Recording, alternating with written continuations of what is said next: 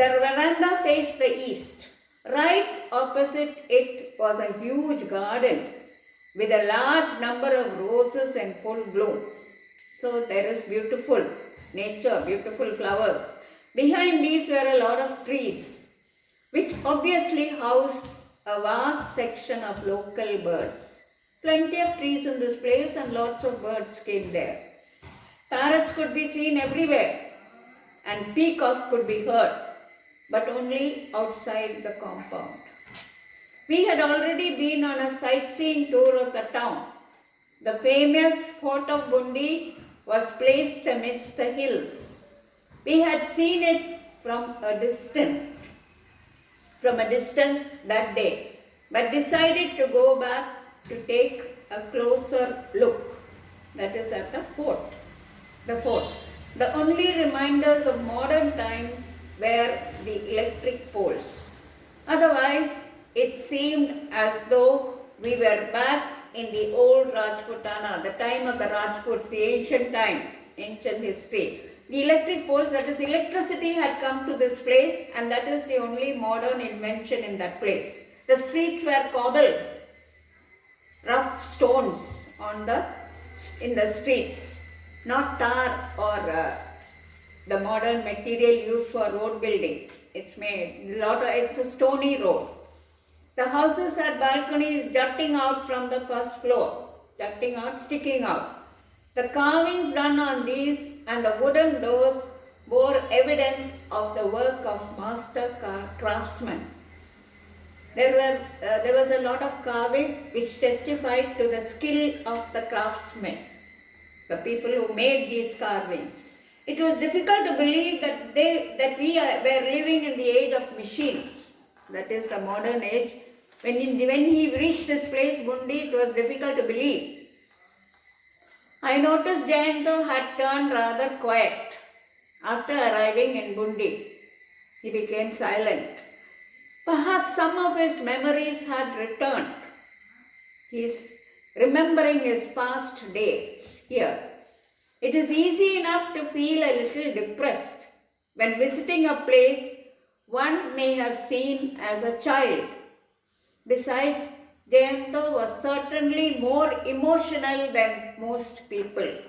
Emotional is more sensitive, having more feelings, more attachment. Everyone knew that.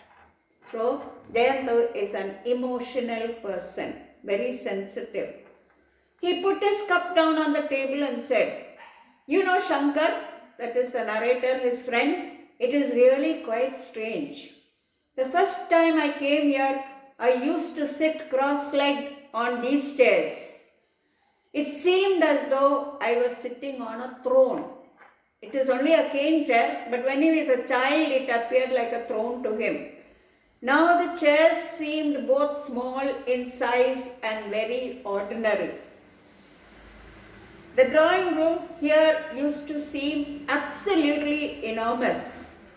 If I hadn't returned, those memories would have remained stuck in my mind forever. Now everything appears smaller in size.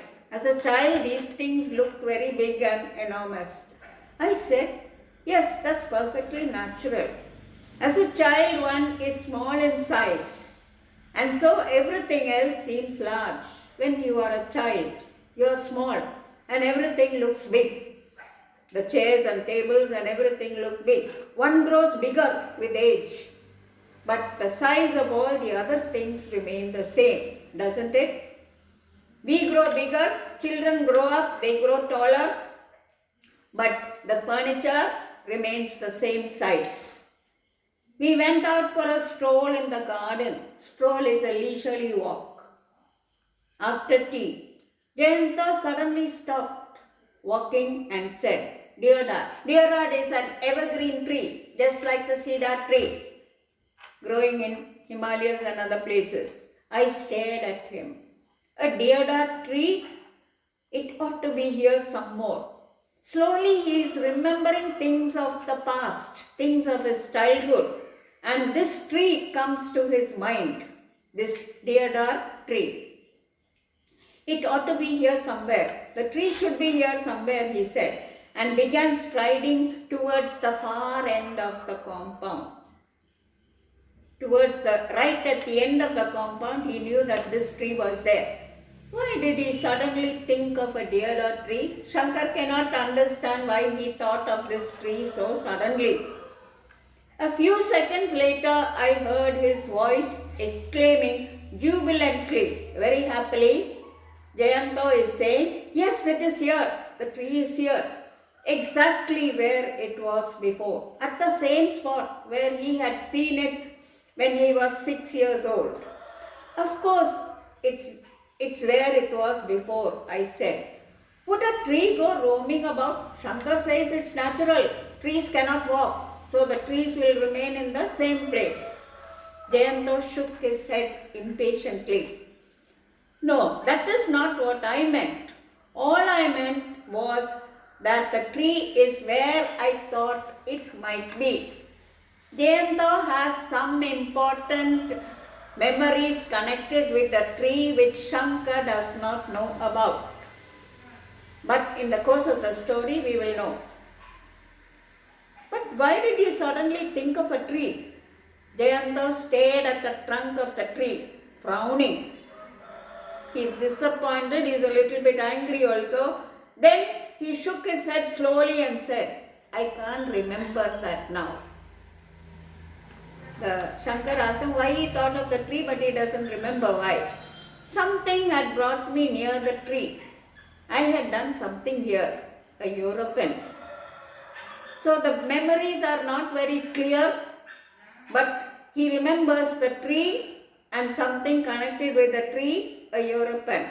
No, I can't recall anything. Then Jayanto says he does not remember anything. Recall is remember. Memory is a strange business. You won't remember everything which happened to you when you were a child. They had a good cook in the circuit house, that is the rest house, circuit house. Later in the evening, while we sat at the oval dining table having dinner, Jayanto said, the cook they had in those days was called Dilavar. That is when he was 6. The name of the cook was Dilavar. He had a scar on his left cheek, a mark. Maybe a wound mark or something. And his eyes were always red. But he was an excellent cook. Jayanto's memories began returning one by one. Seeing all the things which he had seen when he was 6, slowly some memories came back to him. He is remembering something of his past childhood. One by one, soon after dinner when we went back to the drawing room, he could recall where his father used to sit and smoke a cheroot. Cheroot is a cigarette. Where his mother used to knit and what magazines lay on the table. These things come back to his memory now. Where is the cigarette his father smoked? Then the cigar his father smoked, where his mother knitted, and the magazines also he remembered. What magazines lay on the table. And slowly in bits and pieces he recalled the whole business about his doll. Then the remembrance, the memory of a doll comes to his mind. It was not the usual kind of doll little girls play with. One of Jayanto's uncles had brought for him from Switzerland a 12-inch long figure of an old man dressed in traditional Swiss style.